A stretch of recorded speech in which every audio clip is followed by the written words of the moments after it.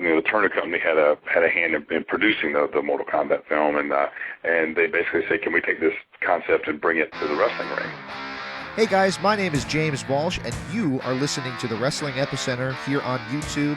I want to thank you for finding us. Please do me a favor and click that subscribe button and the notifications bell. And if you get the chance on this video, click the like button. If you do, it'll turn blue. Check it out.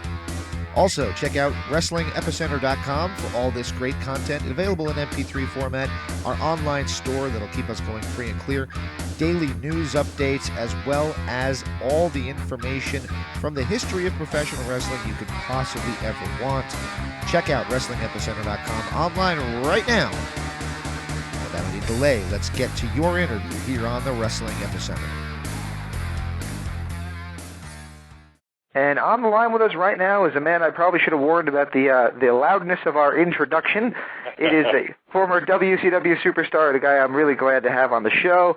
He is the former Glacier, Ray Lloyd. How you doing? Hey, I'm doing good, guys. Thanks for having me on. It's great to have you on the show. So, I mean, I got to tell you, there's a lot of enigmas in wrestling. There's a lot of people when they're having conversations say, hey, remember this guy, remember that guy, where is he? And you, unfortunately, are kind of one of them where people are left wanting more and really, like, they never really got the chance to see the character through. So what are you up to these days? Well, I was actually living in Orlando, Florida. I just recently relocated back to Atlanta, Georgia, to actually pursue my acting career full-time and actually still pursue my wrestling career full-time. Well, I'm not full-time anymore, but as much as I like to get out there and wrestle, I guess. Exactly. Now, you mentioned earlier on you're going to be working for a guy out in the Georgia area, and you're still getting in the ring. Now, when you get in the ring, are you going by Glacier, or what are you going by these days? Yeah, I like to, if I can. I mean, I'm not totally... I guess, married to that, if someone wants me to, because I had, I wrestled about 9 years before I actually went to WCW. So, and in Georgia especially, I had a really, really good run as Sugar Ray. Sugar Ray Lloyd, which is a name I did not come up with, believe it or not. That was Wildfire, right? Yeah, Tommy Rich gave that to me, and so when a guy like Tommy Rich, especially at that point in my career in the late 80s, gives you a name, you don't really ask questions, you just say, yes, sir. So, well, that would have been the name you would have gone with? You know what? It would have been my first pick. Did you have any names rolling around your head that you wanted to go with? I have to say that, honestly, I didn't. And I broke into wrestling in '87 after playing college football at Valdosta State University, and I was getting ready to graduate in the spring of '87, and they taped a little local wrestling show there in Valdosta, and I met a gentleman named Fred Avery, who actually ended up training me and my former teammate, a guy named Richard Swain, and we called him RD Swain. And we actually broke in as a tag team, and our first name in wrestling was the Blazers, which was actually our name for our mascot, so to speak, of our football team. And so we traveled around, especially Georgia, but the Southeast, wrestling those first several years as a tag team. And so it kind of stuck. It stuck early on. We worked on some shows in Peach State Wrestling in Middle Georgia with a promoter named Ben Masters, who still to this day was one of the best independent promoters I ever worked for, and still a good friend of mine. But he booked a lot of guys like Ted Oates and Jerry Oates and Mr. Wrestling #2, and of course Tommy Rich. And Tommy took a liking to me, and he came up with that name, and it just kind of stuck. And ironically, when I run into a lot of wrestlers from that time period, they still call me that.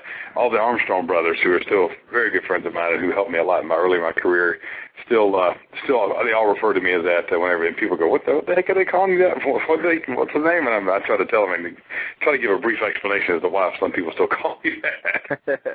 Oh, man. Well, it's got to be, people who don't know that you were a wrestler, if somebody comes up to you and calls you Glacier, that's got to be even more confusing to some people. Yeah, absolutely. He doesn't look like a giant moving piece of ice. No. Or as Jim Mitchell, who was James Vandenberg in WCW, always would say, by definition, a slow-moving block of ice. So I try to be a little bit quicker, than he explained, but you just deal with it, I guess. Yeah. And we have some questions about James Vandenberg. He told us a couple stories a few years back, so Yeah. Nothing bad. It seems like you were kind of like cut from the same cloth as like a Larry Zbyszko, where you weren't the one involved in any of these stories. You just kind of sat there in the background watching the insanity unfold around you. I was eyewitness to a lot of crazy things, I will say that. But I tried not to be one of the culprits, so to speak. Exactly. That's not a bad place to be. Now, you mentioned that you wrestled for many years before entering WCW, and a lot of people didn't realize that. And when you finally were going to come to WCW, they did a huge campaign for it. And from what I saw of it, and what I remember of it, I saw the whole thing. From what I remember of it distinctly was thinking, wow, Mortal Kombat is the most popular game right now for kids. Everybody's talking about it. Kids always are inherently interested in karate. So this could be a really good gimmick for kids and, could really get over. Did you think that this gimmick was going to, be as enigmatic as it became, where people, still remember you by that name? What are we, almost 13 years later now? 13 years later now? It's funny you bring that up. I mean, the one thing that I always jokingly talk about with people when this comes up is the fact that the Glacier name, which came about from, when they started, they hired a special effects company called AFX Studios, and Andre Friedez was the special effects artist kind of contracted to do all this work, who I actually put Andre in touch with Eric Bischoff to get the job, and he was very talented. Of course, Eric saw that and hired him. But we started with a long list of names, and of course it got whittled down, and finally they came up with Glacier, or decided on Glacier, which is a story in itself on how we actually convinced Eric to go with that. But it's one of those names where I always, like I said, I jokingly tell people that whether you were a fan of Glacier or not, and even whether you were a wrestling fan or not during that period, it's kind of one of those names that sounds like you're supposed to remember who it was. It's just one of those names that kind of go, yeah, I think I remember that guy, even if they don't. It's just one of those names that kind of sounds like you should know that person was a wrestler or whatever, being that it's me or whoever. But I just remember very early on when we started, trying to put everything together as far as all the details for this. I was very, very dead set on it being, a single name.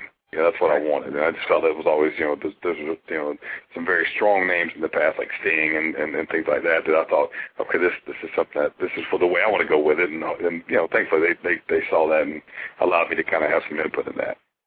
Now, I think the big question that every fan had about the Glacier character was, why did it take so long for you to debut? Because I think James and I were just talking about it off the air, and he says it was about a year before you finally made your debut. Why exactly was there such a delay? You know what? There's certain questions that I never got answers to, and that was one of them. Eric, Eric's was his great idea, and I'll never forget. I mean, I sat down with Eric, and I've always given credit to Diamond Dallas Page, who's one of my best friends in the wrestling business, who was kind of like a big brother to me during that whole period, and still is to this day. But Page is the one that put me in front of Eric, and we sat down in January of '96, and it was at a dinner close to their house, and he grilled me for like 3 hours on martial arts questions and da-da-da. Of course, Eric had a big background and all that, and when it was said and done, and I had no idea what I was stepping into. Without ever seeing a tape of me, without ever seeing me wrestle, without ever seeing anything on me, just based on that 3-hour dinner interview, he said, I want to sign you to a contract. And I kind of gave him I can't even imagine what the look was on my face, and I was like, what? And he says, are you still wrestling on the independent wrestling scene? And I said, yes. And he said, well, I want to pay you to disappear off the independent wrestling scene. And I said, I can do that. so that's, and like I said, I put him in touch with AFX Studios. They started the process. But I remember, like it was yesterday, sitting when we taped some of the vignettes, and sitting at the house of the girl I was dating at the time, and out of nowhere, and you got to understand, this was me and of course, Mortis and Wrath, Chris Kanyon and Brian Clark getting ready to do all this, and all of a sudden the first vignette starts airing on TV, and no one ever even told us it was going to be airing. And so I called him, and I was like, are you watching what I'm watching? And he was like, yeah, and that's how it started. I mean, we had taped it, but we were under the impression it was going to wait a while for they were going to air it. And then once they aired one, then they aired another one. Because what we did is we shot a lot of footage that they went back and actually edited into separate vignettes. The first few vignettes were never really shot as one specific one here, one specific one there. They shot a lot of footage and just put them together. And so we were, believe it or not, almost as much in the dark as everybody else. And it got to the point to where at that point I was trying to be the good little employee and keep my mouth shut. And I was afraid to really go ask Eric, what the heck is up with this? But I just figured, I was kind of like, I'm happy to have a job. It seems like I'm going to get a good push. I'll just shut up and do what they tell me to do. And some of that I regret now, but hindsight, as they say, is always 20/20. So but yeah, it was frustrating because I was ready to get out there, and it just seemed like it kept getting put off, and I really never got a complete explanation from Eric because at that point, the biggest blessing and curse I think for everybody in wrestling was NWO. But once that hit, everything took a huge backseat to that. The NWO. Yeah, and that was just that's how it happened, and so we.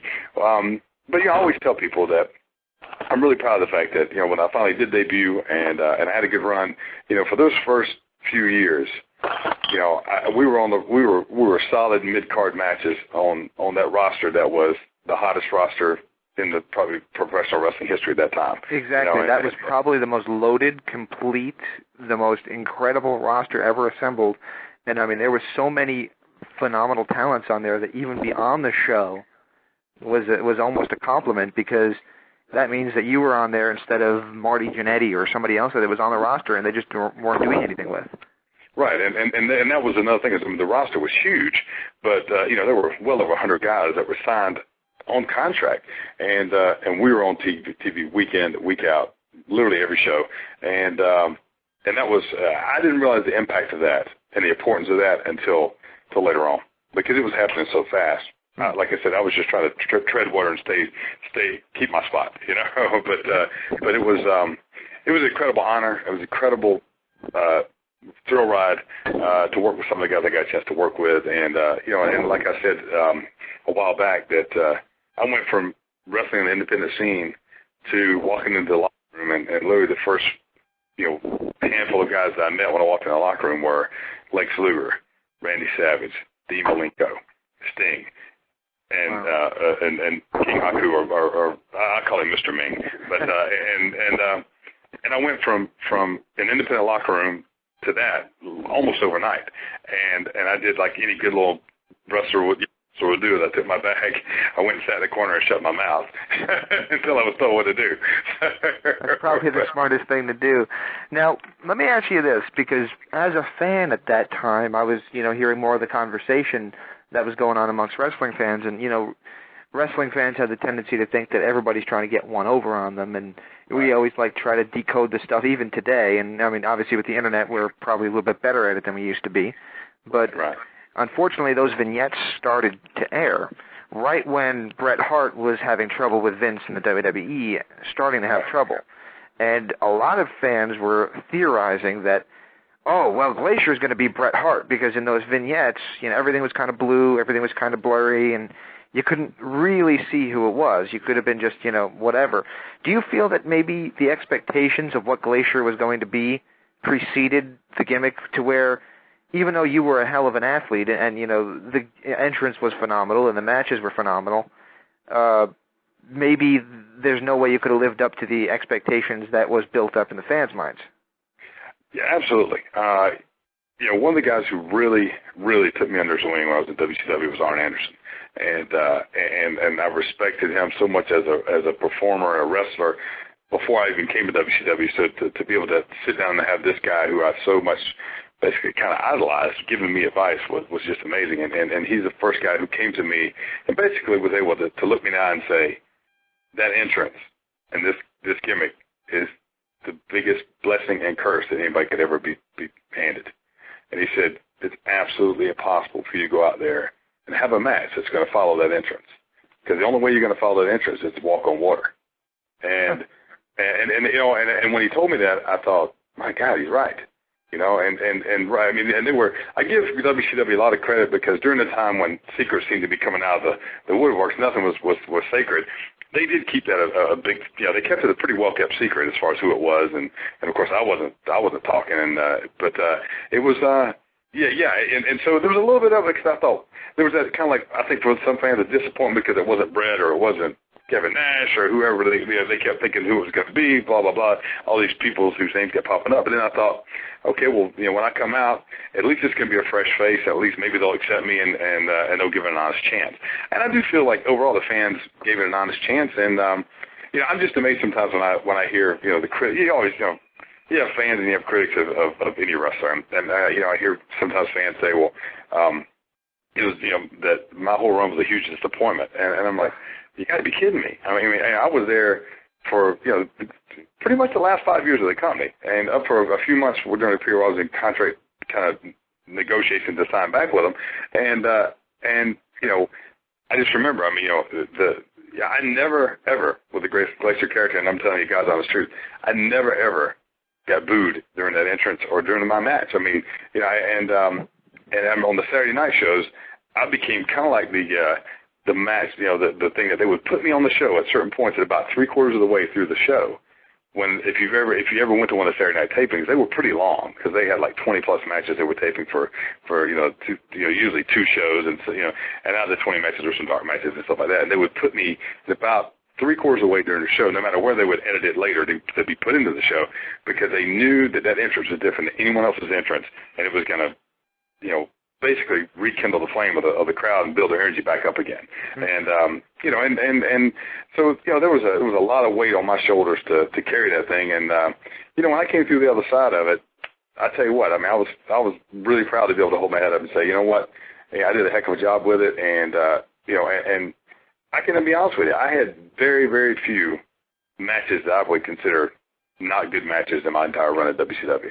I went out there with that kind of good employee mentality of I'm going to give the crowd absolutely 100% of what I've got, and I did it every night. And luckily I was working, wrestling some great guys who made me look good, and I did my best to make them look good. And I think we did a hell of a job doing that. So I mean, and they kind of used the formula that I personally think they might have fallen into with Goldberg. But they kind of were using that formula with you, where you were undefeated for a while. I mean, you got some big wins. You beat Ray Traylor. You beat a lot of relatively big names. That was a good way to put you on the map. And do you feel that maybe the comparison to the Mortal Kombat character, you think that's a fair comparison? Or do you think that maybe people make a little bit too much out of that? No, it's a fair comparison. I mean, when we first started off, I mean, it was. The way I understood it was that the Turner Company had a hand in producing the Mortal Kombat film, and they basically said, can we take this concept and bring it to the wrestling ring? And and there were some adjustments made quick, early on, where one of the first couple of matches I had, there was a blue light and all this stuff, and they realized that wasn't going to work, so they kind of scrapped that. So it was a work in progress, from day one. Yeah. But we quickly got to the point to where I think the crowd really accepted it, and I think really looked forward to it being a little something different than every other match that was coming out on the card and on the show. And I was blessed to be working with some unbelievably talented guys. I mean, Chris Kanyon was just a heck of a talent, and Brian Clark, for a big guy. Go back and watch some of the tapes, and that guy could flat out move for a big guy. Exactly. Ernest Miller will probably never get the credit he deserves for being basically thrown into a wrestling spot from who was a guy who never really intended on being a professional wrestler.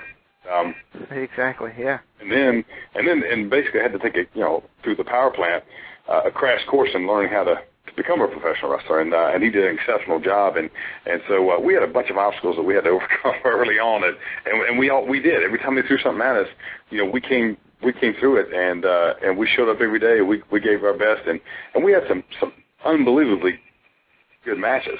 You did. And joining us on the line now is a caller from the 847 area code. I think it's Andres, regular caller. Andres, you with us? Andres is not with us. Andres must have hung up. Oh, well. Andres is he usually calls in regularly. Unfortunately, he usually calls in to talk wrestling and sometimes gets intimidated by our guests. So that could be what that was about. Apologize. Well, one thing that I want to ask you about, since James already brought up the Goldberg comparison, and I know you worked with Goldberg a few times, but were there ever any plans to maybe put you together maybe as a tag team or in a feud of some kind? Because it's interesting how similar both characters were. Yeah, and that's one of the things I think that that some people might have forgotten was, I when I started in WCW, I went over a year. I think it was 14 months before I had my first loss, which was a tag team loss, during one of the pay-per-views, and then my first singles loss was the Bagwell. But there was every talk of that. I would have obviously loved to, but I think at the point when they realized Bill was gaining momentum the way it was, I mean, it was just basically everybody get out of his way and let's just see how far we can ride this, which was a good thing and a bad thing in the end, because that's how WCW was. They're like, oh my gosh, this thing's great. Let's milk it for what it's worth and then some. But the good thing I can say about Bill, this is probably something that most people don't know. I mean, when he was in the power plant, I was there working, some too, and I very much had ambitions of becoming a trainer near the end of my career at WCW. And I actually was at a point of where Paul Orndorff had basically gone to the front office to ask me to come on board as a trainer near the end of right before we got bought out. But I worked with Bill a lot, with Paige and all of us down there. And the thing that I want to make sure everybody knows about Bill Goldberg is that guy was a sponge when he came in there, and he learned from everybody. And he and I wrestled each other 4 times on TV, and every single time he listened to me the whole time. And it was, and there's certain times when, I knew what I was supposed to do when I went out there, and I made sure I did it as good as I could do. And he knew what he was supposed to do, and we executed it as perfectly as we could, and every single match we had was always dead on with what we were trying to achieve in the ring. And the funny thing is I remember when Terry Taylor came out of the power plant, they were trying to figure out what to call Bill, and they absolutely were dead set against calling him Bill Goldberg, and they were going to call him one of two things. They were going to call him either Bill Gold or Bill Berg, but definitely not Bill Goldberg. And it's funny how, thank goodness, that didn't happen. The fans, basically brought Goldberg, to life, and obviously it stuck, and rightfully so. It's almost comical how close we came to, with bad names, to losing out on such wrestling superstars like Steve Austin was another one. Yeah, Austin was another one. They seriously did not want to call him Stone Cold Steve Austin. They wanted to call him Chili McFreeze. Yeah. That's the truth. Yeah. I'll tell you another chapter of that story that most people don't know is that I just dug this up the other day, and Andre Friedis, like I said, the guy who created my costume and all that, a lot of it, he actually was the one who whittled the names down when they decided what and I early on liked Glacier and was trying to push for that, but I just came across a folder. He gave me a folder of kind of like a memento after he created the costume and everything, and like I said, they started with like 150 names, and he gave me a blue sheet of paper, and it was cut down to about the last 12 names that they'd cut it down to. And this is, I didn't realize until I went back and looked at it and the dates of when all this happened. It was about the same time when Austin was getting ready to come out with right before the Stone Cold thing. Right. And this is before he'd come out with it. And one of the final 12 names on that list, that blue sheet of paper I still have, was Stone Cold, actually. Oh my gosh! Oh, wow! And actually, believe it or not, I mean, let's all. I think we're all in agreement here that the right guy got the right name. Yeah. But it's just when I looked at it, I was like, oh, how ironic. Well, hey, if going back in time, I mean, I don't know if the name would have fit your character as well as the Glacier did. Right. Yeah, would have been a hell of a thing just to kick that away from WWE. Yeah, and it was just kind of like a strange little footnote, and I was like, who would have known, But But I will say that the funniest thing about the final, choosing of the Glacier name was Eric was Eric loved to be that guy that was very secretive and had his things going, and he tried to keep it away from the internet, and he was just, that was kind of like his thing. He tried to work the boys a lot, and which didn't always go over well, but he would always be real big on having these secretive midnight meetings at AFX Studios, and it was in Marietta, Georgia, and that was the thing. We all had to meet there at like midnight, and he would pull up on his motorcycle, and the meetings were like just us, very secretive. Paige was there, but that was it. And he actually was very dead set on the name Cryonic. That's what he wanted my name to be. And we kind of rallied together, and in one of those big long midnight sessions, we convinced him to go with Glacier instead of Cryonic by saying, hey, why don't we call the finishing move the Cryonic Kick? And so luckily, that's how it ended up. It wasn't Cryonic. You think it was Eric's love of karate, because Eric was obviously a real legitimate kickboxer and real legitimate karate expert. He's a black belt, obviously. Most people know that by now. Yeah. Do you think that it was his love of karate that he wanted to create that kind of karate character? Because, like I said, kids are inherently interested in karate. And at that time, that character was probably a little bit geared towards kids because there's a lot of marketing availability that could have been made for that and things of that nature. Do you think that's why he went with it, though, because of his experience in the martial arts? Absolutely. I mean, when we had that first initial meeting, he grew up me a lot on the martial arts, and I was very proud of the fact that I studied since I was 14 years old. And my two instructors, I was basically studied privately, and my dad was a career law enforcement guy, and I grew up in Brunswick, Georgia, and my two instructors were head instructors at the Federal Law Enforcement Training Center in Brunswick, and so I went there. I had to basically prove myself in his eyes. Mm-hmm. Of basically coming in and being a character who could pull off this martial arts. He didn't want anybody who they were going to have to teach how to do that. I mean, he wanted someone who actually knew what he was going to be doing. And so, and that was a huge hill to climb because it was having to try to get over with the wrestling fans. I was having to also now be legitimate in the eyes of all the martial arts people who were watching. And that was a huge load. I mean, there's an unbelievable amount of stress going into this thing, But you know what? Like I always say, people that you always have critics, you always have fans, and I always say, you know what? There are 1,000 guys lined up who would have jumped at that spot, if they were offered that. And the thing is I felt like when it was all said and done, I did myself proud, I did WCW proud, I did Eric, I did that gimmick as best as I could, and that wasn't.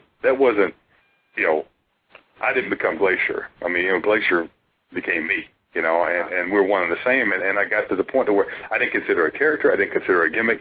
It was just me with the volume turned up, and I took all those things as a kid I wanted to be, like all kids go through, and I said, now you got a stage. Put it all together and show people what you can do with this, and so that's, when people see Glacier, I mean, that's me. I mean, it's just me with the volume turned up and a couple of different angles, Excellent. And I say that very proudly. Excellent. Joining us on the line now is a caller from the 303 area code. I believe it is our good friend Ben Benya. Ben, are you with us? That is me. Ben, do you have any questions for Glacier? Well, I'm just trying to play some catch-up right now. I want to know exactly what I've missed because I was just listening to him discuss the character with the karate moves with the way Eric Bischoff was. So get me up to speed really quickly because I do have a couple of questions. Well, why don't you ask your question, and I'll just tell you if we covered it or not already. All right. Well, I guess my big thing was the entrance of Glacier, this very extravagant entrance that started with the blood runs cold stuff, with everything like that. I remember watching, and at the time, I must have been 10, 11 years old when Glacier first came around. I thought it was an incredibly cool thing when I was watching it. But I've read before that you said that this was an expensive entrance. What really went into the entrance, the mystique that was Glacier when he came out to the ring every day? Yeah, we've discussed the entrance a little bit, but to add on to Ben's question, we did an interview with Larry Zbyszko. He was actually my second interview 7 years ago. And somehow we ended up discussing your entrance, and he came up with some ridiculous figure of $25,000, $250,000, something ridiculous that it cost to come up with and to do every week. Is there any truth behind that as well, behind how expensive it was to do as well? Well, you know what? It is one of those questions that seems to have a life of its own about this whole entrance. And the entrance, like we talked about, did have a life of its own.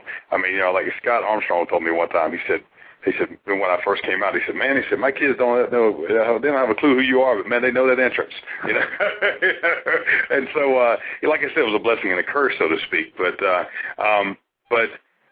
Keith Mitchell, who is one of my dear friends still to this day, he's executive producer for TNA. Now he was our producer at WCW, and he just told me recently that the word that he had gotten was overall that the cost of the entire entrance was close to $500,000 for the whole thing. When it was all said and done. I remember Eric telling me one time.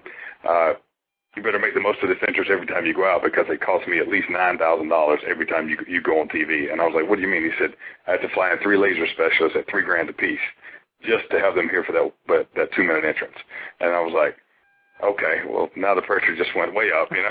But and I did the Legends of thing with Scott Hall back in October, and Scott and I were talking, and Scott's telling me, man, every time I heard it was $50,000 every time you went out, and I was just like, I don't know for sure what it was. I know it was a lot, but at that time, WCW was spending a lot of money on a lot of things. But I do know this. I mean, I do know that it was the first time they really attempted to use the lasers and type of entrance and the fog and the snow and everything. I mean, it was to see it set up when I would come to the arena, amongst all the other stuff.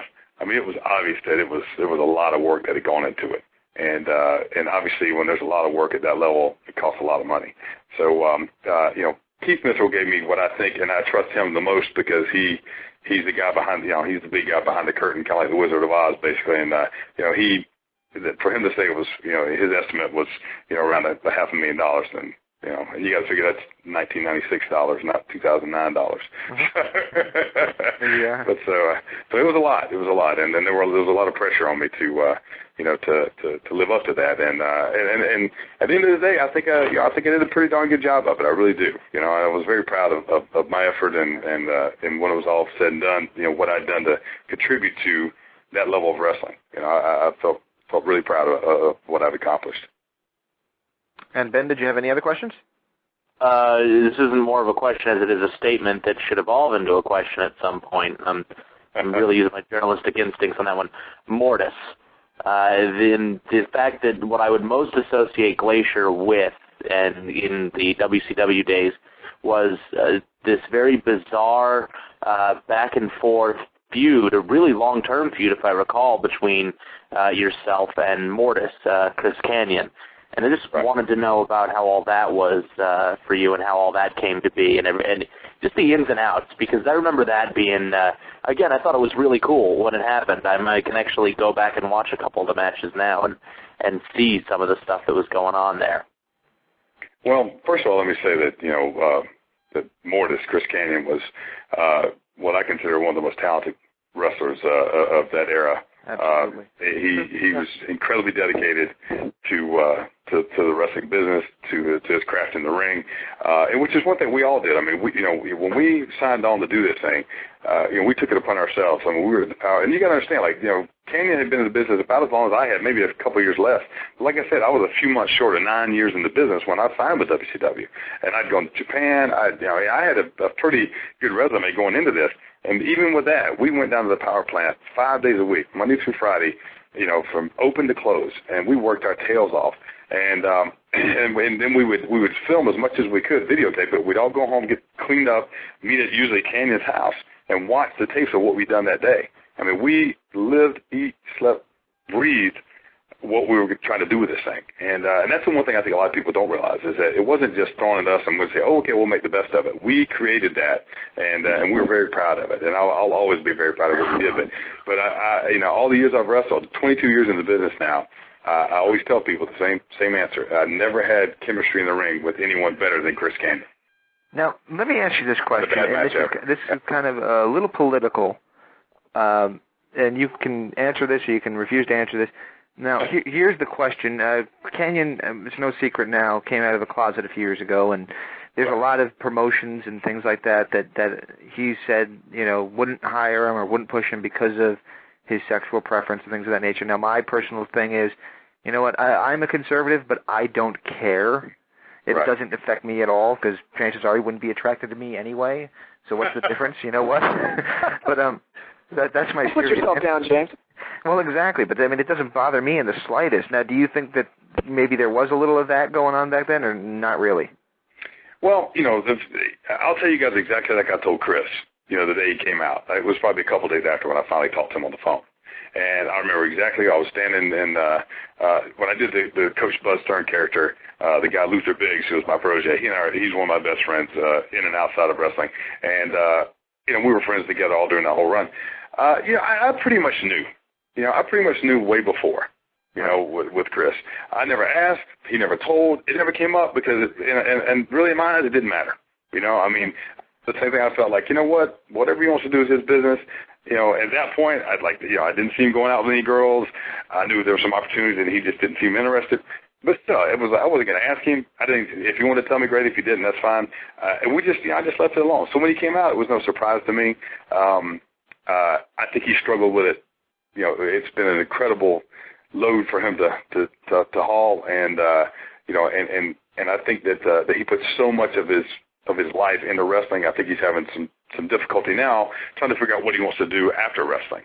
But you know what? I mean, as far as I know, anyone that I knew that's known Canyon has you know, obviously tried to you know, reach out and say we support you and you're still our friend, and you know, and I love the guy to death. I mean, you know, he's one of the hardest working people I ever knew inside or outside of wrestling, and you know, I feel for him. I feel that he's dealing with all this, but you know, I'm always going to be his friend as long as he'll allow me to be. You know. Exactly. Now let's switch gears, because I just recently got some tapes in of a company that you worked for in Japan called UWFI. Oh yeah. That company was a little different than anything we had seen up until that point. Some of it seemed like it was more shoot than work. How much of that was shoot? And you know, it was interesting because I was watching one of the matches with Vader, and Vader was still picking the guy up and slamming him, but it seemed like he was slamming him a little harder than usual. And you know, he hit somebody, and they'd literally fall like a sack of potatoes. It just seemed a little rougher than the American wrestling style. It was, you know, and the guy who got me hooked up with that was one of the old Memphis managers that used to come down and work P State Wrestling, named Ronnie P. Gossett. Ronnie P. Gossett. I mean, and I just, what a great guy. You know, and he passed away, of course, you know, a few years ago. But at the time, they came to Marietta, Georgia, and they showed me some tapes of it. And actually, one of my best friends at the time, who still is today, is a guy named Steve Day.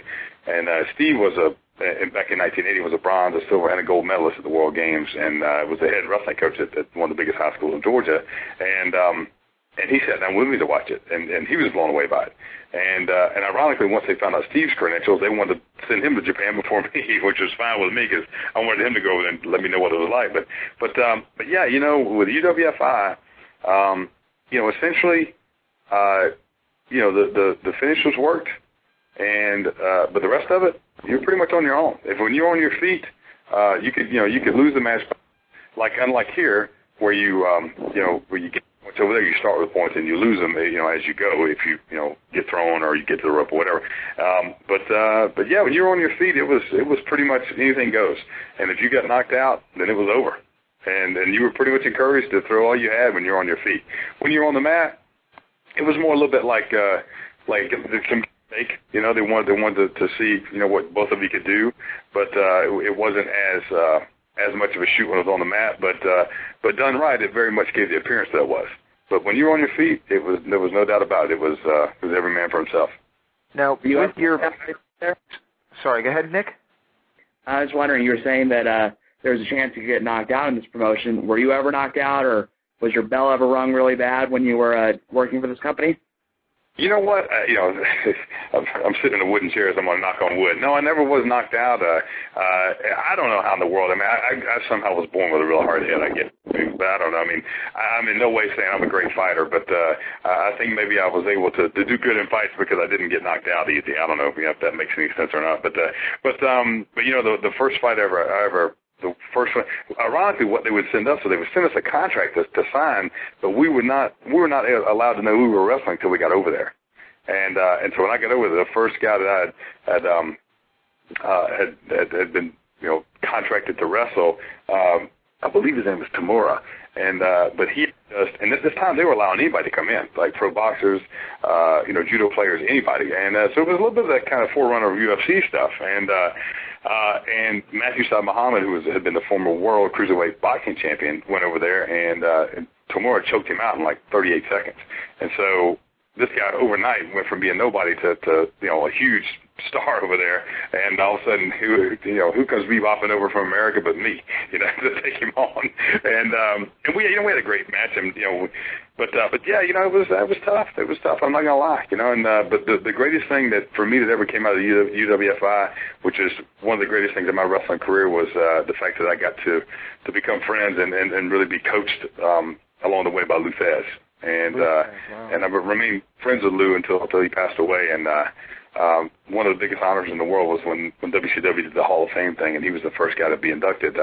He invited me to come to the Omni in Atlanta and sit with his wife during the induction. And and he was just such a strong influence. And I'm so disappointed when I can go to a locker room now and I can ask people who Lou Thez is, and literally nobody knows. And to me, that's disgrace of where the wrestling business has gone.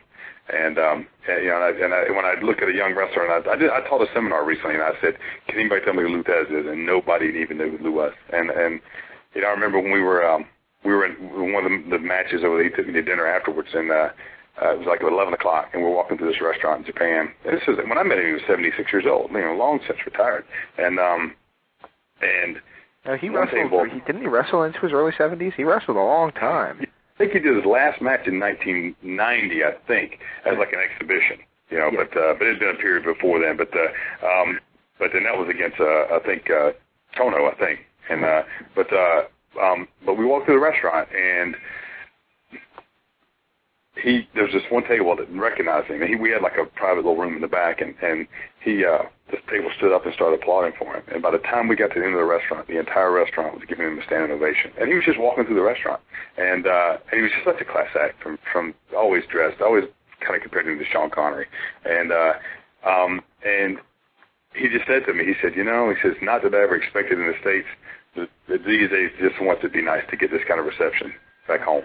And it was just, but I can honestly tell you, I mean, if nothing else comes from this interview, I definitely want, anybody that's listening to know that the one greatest thing I think that I accomplished in my wrestling career was being taught by him. And that was just a huge honor. I mean, awesome. and I can't even put it into words, Awesome. But, to me, he's the greatest wrestler that ever lived. And he definitely was one of the toughest, which I found out firsthand on the mat. Oh boy, yeah. Did he stretch you? The first time I ever got in the ring with him, we were there, and you got to understand. I was getting into wrestling, and all of a sudden I ended up in Japan, and I'm in the dojo, and it's me, and my buddy Steve, and the three gentlemen that are in the ring with us are Lou Thez, Danny Hodge, and Billy Robinson.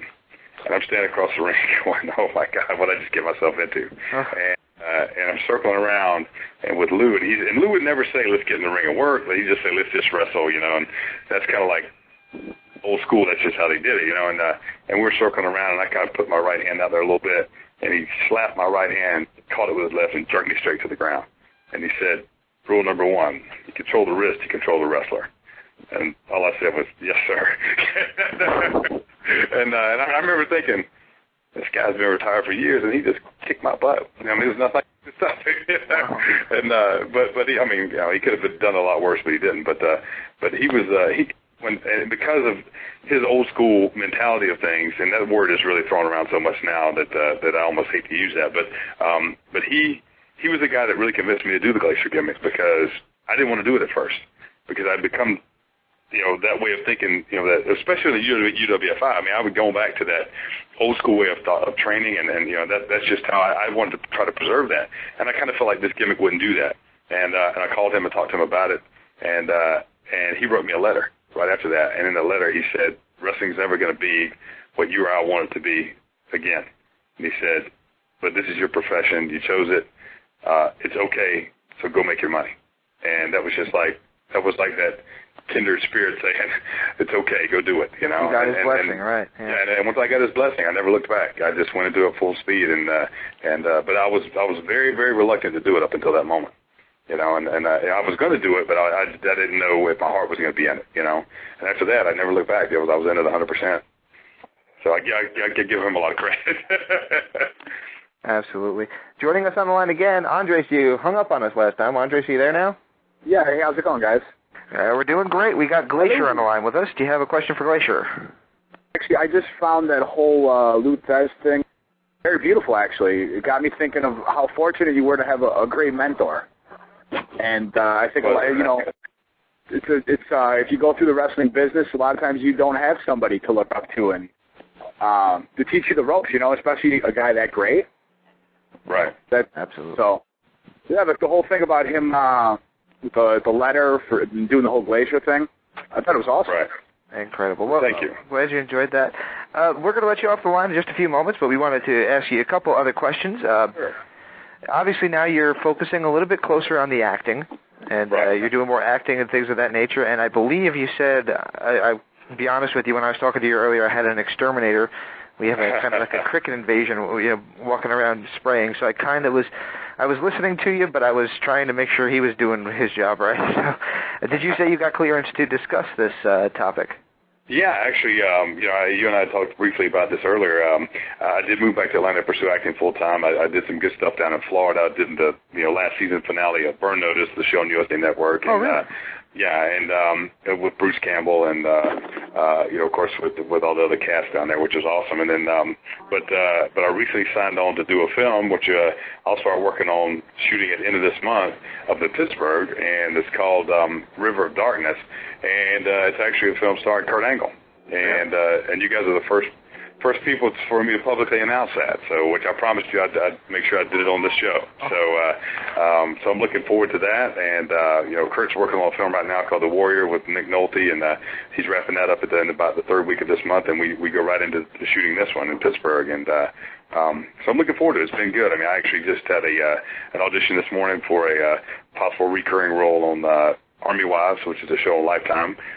So my goal is to make it as an actor and not really use wrestling as a crutch. I mean, you know, there are a lot of, I know, WWE guys that Vince puts out there and tries to kind of, you know, give them a push, and I'm all for that. But I'm going to try to do this on my own and without Vince's or anybody else's help. Exactly. Now, since you mentioned WWE, I had to mention this because you mentioned it to me once before, and I was sent the DVD by the WWE, and I popped it in and watched it. Have you heard / seen what they had to say about the Glacier gimmick on the WWE Superstars of the 90s DVD? You know what, James, a good friend of mine who gets all of those, he called me and told me, all I can say is that there's got to be somebody at WWE who really, really does not like me for some reason. but you know, for them, yeah, I think there's like a thing where I don't think there was everything really directly said about me, but some of the footage is kind of grouped in with like Shockmaster and stuff like that. And, you know, you know, it's like that old saying, you know, that, you know, you can't please everybody, you know, and, you know, if someone wants to, you know, make fun of me for whatever reason, you know, I mean, my other thing is am I getting a residual check from that? That's all I want to know. I keep looking at that mailbox because if you. Yeah, but yeah, that's yeah. I know that you know, you're gonna have, like I said before, you're gonna have fans, you're gonna have critics, and you know, there's some people out there who for some reason think that me being Glacier was funny or wasn't up to their standards.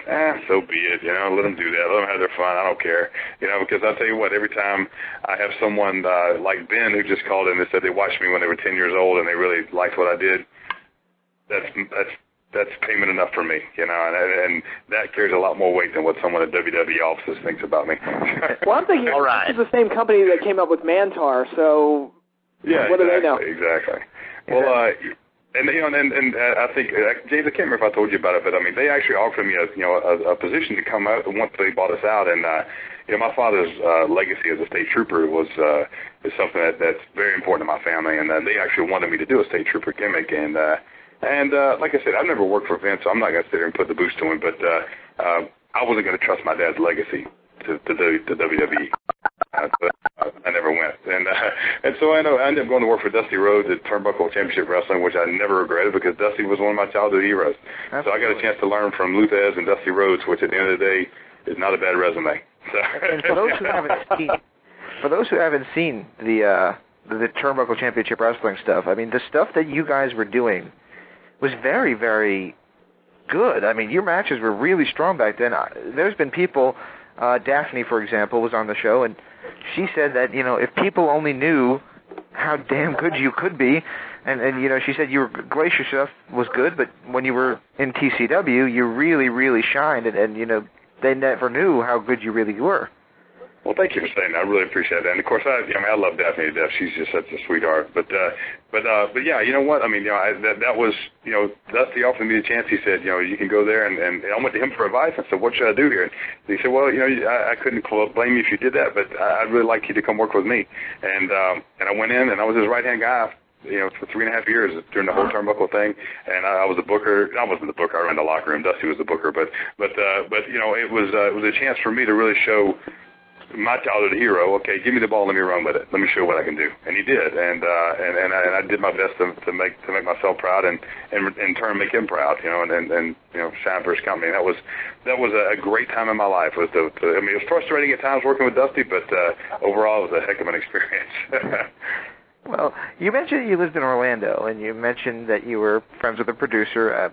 I'm going to kick myself later for not remembering his name. Keith Mitchell. Keith Mitchell. There we go. Thank you. I couldn't remember his last name. You mentioned that you're friends with him, and I mean, you just lived in Orlando, where TNA films Impact every week, and it seems to me like with Jeff Jarrett running TNA, you know, it'll be a natural fit for you to have come and made some appearances for TNA. You know what? You know, when Dusty took over as booker down there, I actually went in and worked as a talent agent for a while, and which was an incredible learning experience because I got to learn from behind the camera from Keith and from Dusty, and I tell you, I sat down at you know, the monitors, and I learned a lot from Mr. Jarrett, Jerry Jarrett. He sat right next to me and taught me an awful lot. And so, like I said, I've had the honor of learning from some of the greatest minds in the wrestling history. So, you know, but yeah, you know, TNA was, I'd injured my knee at the time because I was doing the stunt show for Disney. Yeah, you know, it just never has really come up to come and wrestle on the show. I mean, you know, Jeff and I are still very good friends. I mean, we tagged together early on in my career, you know, but yeah, you know, I haven't really pursued it, and neither have they, but I don't think either one of us are really sorry for that. You know, I mean, I'm okay with it, you know, and but I've had some really good experiences with TNA, and you know, and I probably will again because, like I said, with Keith, and you know, of course, Mike Tenay is someone who I just think the world of, and we're very close, and a lot of the guys in TNA I'm close to, so I definitely would never rule out. you know, I was reading right before we did the interview, doing our pre-interview research and stuff, and it kind of clicked in my head that your projection and your voice and things probably comes from your alma mater, because you share you have a very similar kind of tone and management of your voice that one of my favorite announcers of all time has, Mr. Scott Hudson. Oh, yeah, Scott Hudson. I tell you what, there's a guy who has never really gotten his due in the wrestling business. I mean, that guy is, I mean, you know, he's a walking encyclopedia of knowledge, and he's a Georgia boy, so I gotta you know, give him that plug. And but Scott's, yeah, the wrestling business is a better business because Scott Hudson was in it. Yeah. And he's a good man. He's a real good man, and a hell of a commentator. WWE dropped the ball and they let him go. Absolutely. That's all I'm going to say about that. From what I understand, they had conflicts with his other job, which WCW seemed to work with him on, and WWE wasn't quite as willing to work with him on. Right. And Scott's just a heck of a guy. And actually, Steve Prazak, who was his right-hand guy all the years we did North Georgia Championship Wrestling, all that, Steve's a heck of a commentator too. And yeah, I mean, you know, Scott's definitely one of the good guys in the wrestling business, and you know, there's a lot of bad guys, you know, in the wrestling business. Scott's one of the good ones, you know, along with like Tenay and guys like that, you know, Zbyszko, who I love. At least all the announcers are good people. Yeah, exactly. I'm doing a charity golf tournament with Larry next weekend in Jacksonville, so I'm looking forward to seeing him. Oh, but yeah, it's golf. It's all fun. Yeah. You got to do me a favor, though. You got to do me a favor. Last time I talked to Larry was about 1.5 years ago, and he was saying that he was looking at the AWA on ESPN Classic that they're showing now, and he said that he was inspired to regrow out his hair because he saw how good he looked with long hair.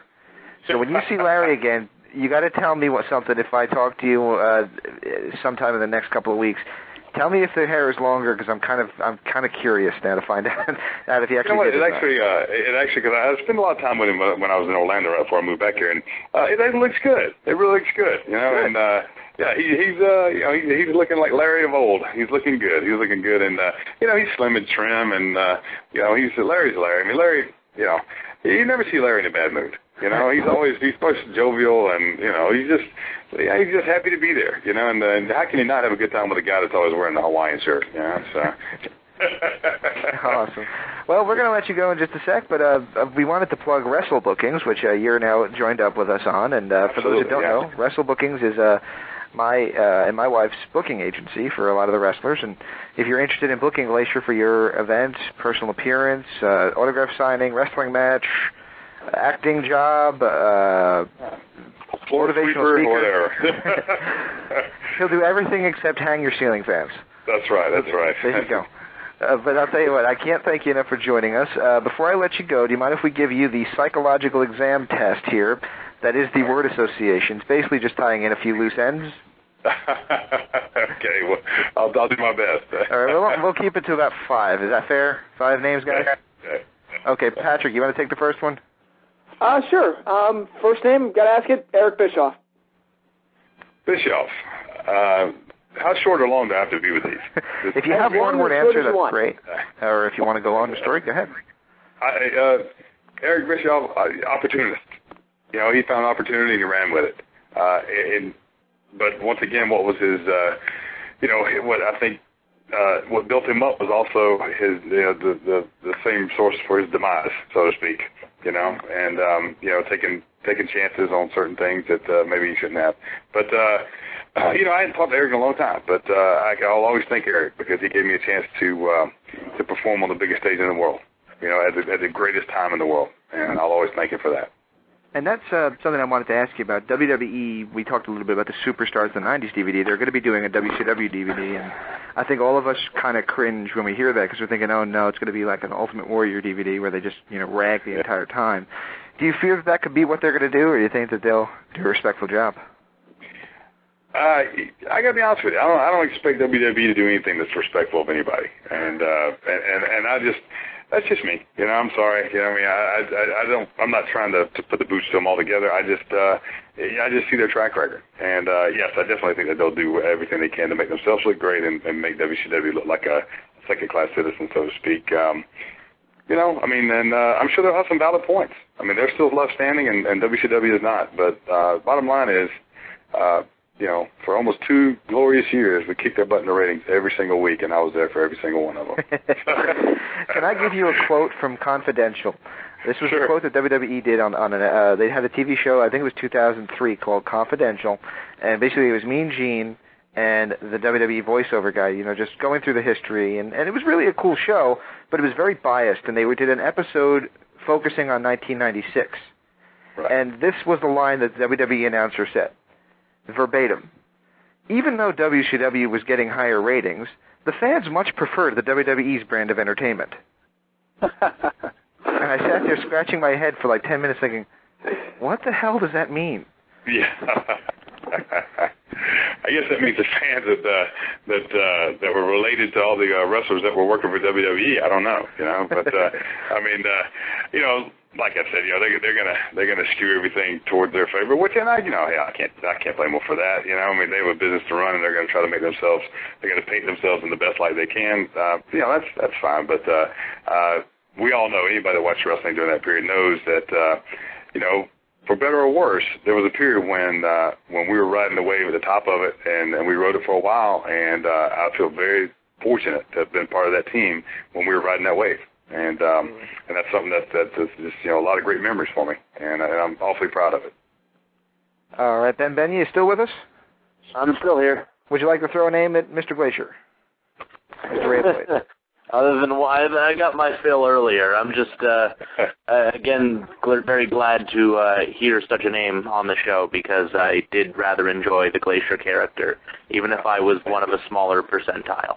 I don't think you were. I think, you know what, I mean, as the longer I live, the more I find out that this character, that a lot of people really, really enjoyed it. And I tell you what, if my character was a superhero type character that kids loved, then I'm a pretty blessed guy, Absolutely. Because I'd rather be remembered for that than be remembered for smashing beer cans into my head, doing dives off of balconies on the tables, crap like that. I mean, if I inspired a young kid to look up to me and say, that's, someone who I look up to and their mom and dad were proud that they did, then, you know, I did my job well. You know. Well, I do have a name. I do have one to throw at you. And the name I'm going to go with is Kaz Hayashi. Kaz. or better known as the man who bought the Glacier armor and mask and everything else. Kaz, unbelievably entertaining young man to be around. Actually, believe it or not, he actually, you know, after they kind of did the whole run with the armor, you know, like he kind of kept it, like he wouldn't give it back to me. And I was like, I saw him at main event one day, you know, because we all worked out at Lexus Things Gym, and I said, Kaz, he'd gone and did like a tour over in Japan and come back, and I was like, Kaz, what the heck was up? You got my armor? And he goes, no. And I said, where's my armor? He goes, Japan. I go, what's it doing in Japan? He goes, I sold it. And I go, you sold it? I said, what'd you sell it for? And he just rubs his fingers like I made a lot of money off of it. I was like, no, really, where's my stuff? And he was like, okay, I'll get it to you tomorrow. I was like, oh, man, you hocked my stuff in Japan. What the heck? Great guy. He was a great guy. Let's close out with a name that seems to be getting controversial responses of late. And he's a guy that, you know, everybody says they loved, but maybe in WCW had a lot of power and maybe too much. Hulk Hogan. You know what? Personally, I never had a problem with Hulk. I mean, I always got along with him fine, but I mostly spoke to him in passing. I'm not going to lie about that. I was never close to him. I never really attempted to be close to him because I think that was one of the reasons that caused the downfall of WCW is everybody was categorized, you know, and I think that's one of the big mistakes Eric made. You know, we had certain guys that had their private locker rooms, and you had the other guys who all dressed in the same locker room, stuff like that. And, of course, Hulk was always put at the top of the ladder.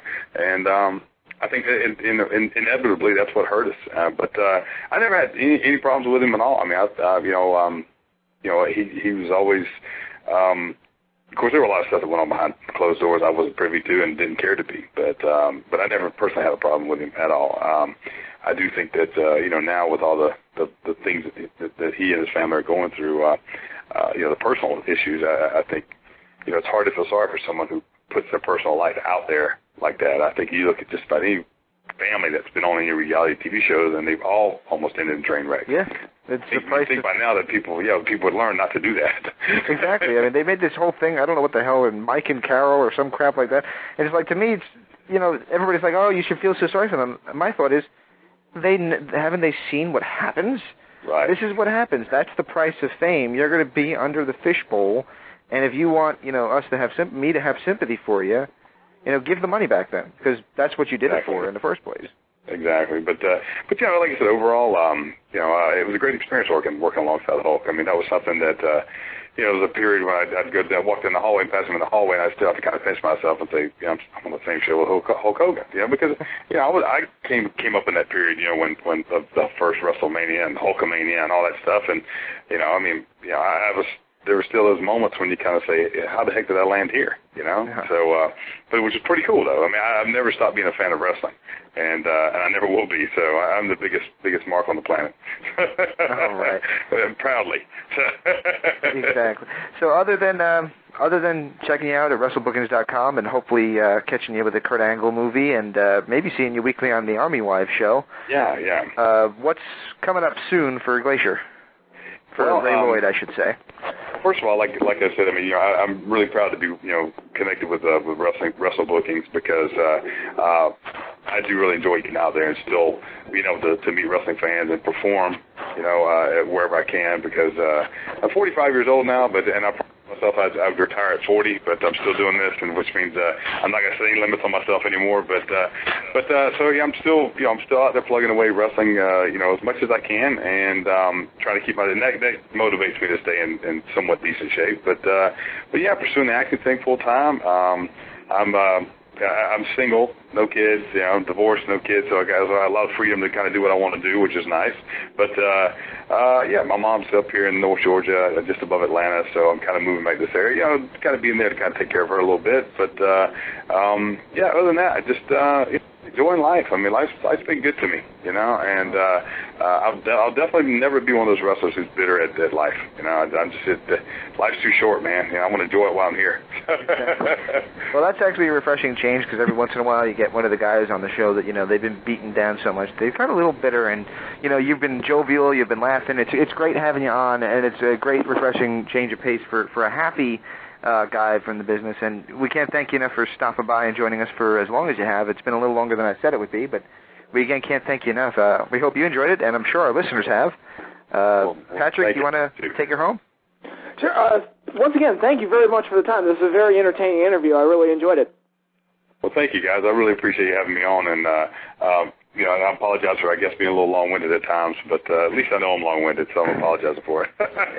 But you know, one last thing is you know, someone showed me recently Brian Clark's shoot interview, and they asked him about me and what he thought about me and the Glacier whole thing, and he said that he felt like I was probably too nice of a guy to be in the wrestling business, and you know what, if that's what I'm remembered for, then that's not such a bad thing, because like I said, I'd very much like to be remembered for being too nice of a guy than being too mean of a guy to people, because, you know, that's just not me, and there's enough of that already in wrestling.